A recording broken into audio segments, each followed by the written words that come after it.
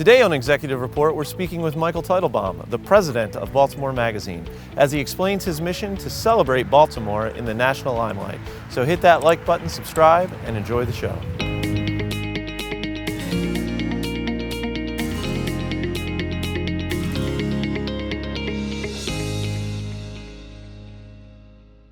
Hello, everyone. Welcome to Executive Report. Today, we are sitting down with Michael Teitelbaum, the president of Baltimore Magazine, and he's going to tell us about some of the innovation that Baltimore Magazine has done over the past 5 years that has really inspired other cities around the nation to change how they look at their own cities. But before I get started, let me start with a quick bio. So Michael Teitelbaum, president of Baltimore Magazine. In his leadership role at Baltimore Magazine, Michael ensures that the right people, processes, and culture are in place to serve the organization's mission of inspiring Baltimore to discover more, do more, and be more. In the 5 years since joining the company, Baltimore Magazine has evolved to become a multimedia powerhouse in print, digital, live events, and custom publishing. Michael's nonprofit leadership began when he served on the board of the Greater Baltimore Tech Council. Michael also served as a board chair of the National Alliance of Mental Illness in Baltimore, where he continues to serve as a board advisor. Recently, he completed a term as a trustee on the Living Classrooms Board and was recently elected to serve on the board of the City Regional Magazine Association. So, Michael, welcome to Executive Report. Thanks for having me, Steve. Great to be here. Absolutely. So I'm a longtime reader of Baltimore Magazine. I remember being a kid, seeing it in the grocery stores. I've been fortunate enough to be in the magazine here later in my career, and I just think it's a fabulous publication. But over the last 5 years, it's really taken a turn to spotlighting Baltimore and really trying to craft the narrative of what Baltimore is as a city. And I think that's something relatively new. So I'm just curious, how did you come up with this idea to do it? Well, I think what you're referring to is our publication called Baltimore Game Changers. Yes. So Baltimore Magazine has been around literally since 1907. Oh, wow. And I'll never forget when I first started the position, the owner of the publication said, we're all about celebrating Baltimore. Because, you can get the negative stuff just about anywhere in any local media, but we're trying to be that counter narrative. So, it was about 4 years ago, I was sitting in a Living Classrooms board meeting, and we heard a couple of people speaking about the good that they were doing in the community. One volunteer in particular served on Safe Streets, which is basically crime intervention. Okay. They go out on the streets, and they see crime before it happens, and they literally start talking. And there was another speaker as well talking about, again, the good that they were doing in the community. And right after the board meeting, a woman by the name of Sandy Hillman came up to me and said, Michael, you should do an issue of Baltimore Magazine with a cover story on the people that are doing good in Baltimore. And I said, Sandy, we do that. But as we continue talking over the next few weeks, we came up with this concept of Baltimore Game Changers, which is a publication that lives in print, online, and at an event where it's entirely focused on putting a spotlight on the people and organizations who are creating positive change in Baltimore. Yeah. And, there are so many that are having positive change on our city. And it's hard to really narrow it down to who should be in the publication and maybe who shouldn't. Because there's so many. So is there any particular type of focus on the people or the organizations that you look for? Well, let me start with the process so you understand that. Okay. We do outreach into the community through email, through social media, through our website, through our print publication, and we get nominations coming in. Oh, okay. So this is kind of like for the people, by the people kind of a thing. Yes and no. So okay. Yes, and we get on average, like this year, we got somewhere around 150, 175 nominations. Yeah. And our editor goes through those. But we also have a team of editors who are out on the streets every day covering Baltimore, and so they put their recommendations in as well. I see. And we do the best job possible of having a diverse group of game changers. And I mean diversity in literally every sense of the word, not just demographically, but in the types of services that they are providing to Baltimore. So it's people that are helping with food insecurity, helping with education, workforce development, LGBTQ rights, you name it. There's a lot of people doing a lot of good in Baltimore, many of whom get no recognition whatsoever. They're unsung heroes. And we think that it's our obligation to not only put a spotlight on them to give them the recognition they deserve, but also in hopes of inspiring others to be part of the solution of creating that positive change in Baltimore. Yeah, absolutely. I've been to the Game Changer event as many times as I could go, and you're right. Those people are really passionate about the city, about what they do, and most importantly, the communities and the people they serve. It's just amazing to see how driven they are to really make a difference in their own lives and the people they affect. Yeah. So, I mean, are there any particular people or particular organizations that stand out to you? Or, I mean, I know they're all amazing, but there's got to be some that just you think of immediately when you think about Game Changers. You're right. There are so many so we just finished our third publication, and in each publication we feature between 25 and 30. And then during the event itself, we have half a dozen of them speak.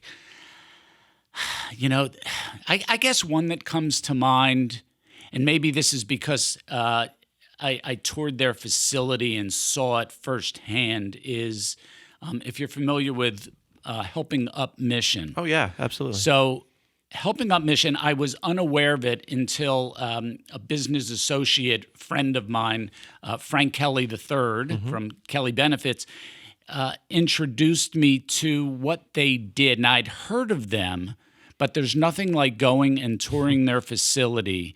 And what I experienced was, and they house 500 people, 500 men at the time when I toured 2.5 years ago.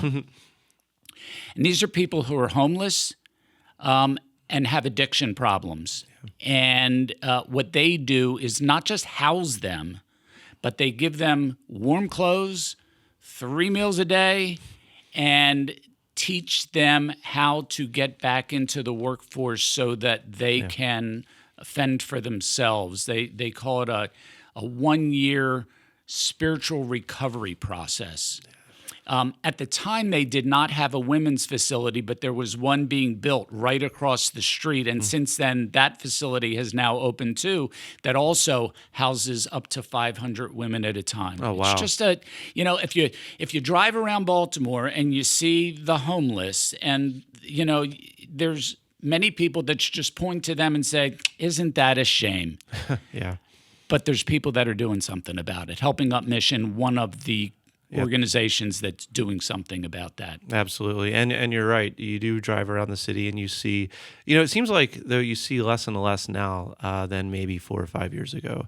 And I think that's to the credit of organizations like Helping Up Mission. Yeah. So I know that Game Changers, that is a big portion of what you're doing to spotlight Baltimore in this positive way. I mean, are there other programs? I mean, obviously we've got the magazine here with top doctors and so forth, but I think almost everything that you do is in that spirit of celebrating Baltimore. Yeah, it is. It is. I think I said it earlier. We want to be the counter narrative to the local media who thinks that all people want to hear about are the bad things that are happening in Baltimore. Every issue of Baltimore Magazine is filled with stories of people, most of whom are doing something for the betterment of Baltimore. But, of course, the magazine is also to expose people to all the wonderful things that they can experience in Baltimore, whether it's where they can go out for a nice meal or be entertained or, so Yeah. Baltimore Magazine, our mission is inspiring Baltimore to discover more, do more, and be more. And that's what the magazine is about. One of my favorite issues is the Best of Baltimore. Of course. I mean, I'm pretty sure everybody that's read the magazine knows the Best of Baltimore. So many great restaurants, so many destinations. It's really cool. Some of them have actually been on this show, like John Menadakis with Jimmy's Famous Seafood and whatnot. So, I mean, what's your favorite issue? My favorite issue? Well, or at least your favorite theme. You know, I don't have a favorite issue. I will. You love them all, right? Well, from a business perspective, it's the one that brings in the most revenue. But, Fair enough. But from an editorial perspective, I mean, every single issue is so chock full of information, stories about people, things to do. It's just, if you put down that device of yours and pick up a magazine and go through, it would take you hours to go through and read everything in the magazine. Wow. But, you know, so a couple of programs that we do that also highlight organizations and people that are doing good things in Baltimore, two come to mind. One is we do a special section in the magazine each October called Give Baltimore. And Give Baltimore, we actually partner with Maryland nonprofits. And this is a forum for nonprofits in Baltimore to tell our readers who they are, what they do, and how people can get involved, either supporting them financially or through volunteerism. So that's a feel-good. There's another, in every May, we do Excellence in Nursing. Oh, really? And so Excellence in Nursing, we're the only organization that is providing the acknowledgement that nurses deserve because of the work that they do. We tell a story in the magazine itself. We have a nomination process for that as well. This past May, we featured 100 nurses that were voted on by their peers as well as consumers. And then we do an event, an awards event, and they, you know, it's a dinner type situation, and they all come up and they get their awards. And I am fortunate enough to hand out those awards, and the appreciation they have to be recognized in the way that we do. Because I will tell you that anyone that has had a health care situation where they found themselves in a hospital will always say that the difference maker was the nurse. Yeah. Yes, and this is our top docs issues. Doctors, you are very important. But who is there all day long tending to their needs? It's the nurses. It is. And that is why nurses are pointed to often as the people who make the difference in that person's stay. Yeah, absolutely. Thankfully, I haven't had to meet many nurses in that capacity anyway, but I do know quite a few of them, and all of them reference the magazine. You're absolutely right about it. And I think you're also doing something with junior achievement at the moment, right? Yeah, so this is a work in progress right now. So Junior Achievement approached us. It's a phenomenal organization. They just moved into a brand new facility that is amazing. And what we are doing, we're literally launching it as we speak. And we are doing 18 under 18 as a special section within the magazine, and we're doing a nomination process for that as well. Excellent. Where people can nominate their under 18 kids. Yeah. In what makes them exceptional. Yeah. This will be voted on by a group of judges that Junior Achievement is putting together, and then they will be featured in the magazine in the May issue 2023. And there will also be an event associated with that as well. That's fantastic. That's really cool because, nothing like getting those kids, early on and Absolutely, absolutely. In the STEM programs and the STEAM, and absolutely, I'm right there with you. We do a lot of internships and so forth with various high schools, and the kids that are coming out of this area, I mean, they're fantastic. They absolutely are second to none across the country. So, I mean, we've been doing all this now, right? We've been seeing this positive effect locally that's celebrating Baltimore and shining spotlights on the people like the Game Changers. I mean, have you seen the landscape change? Have other magazines around the country started implementing similar things as a result of what they've seen here in Baltimore? Yeah, so you mentioned in my bio that I'm part of the City Regional Magazine Association. Mm-hmm. It's a group of publishers that get together 3 times a year and share what's working and what's not working in each city, because we're essentially all in the same business, but we don't compete with one another. So That's true. we share everything. Yeah. And one of the things that I shared was Baltimore Game Changers, and that's being under different names.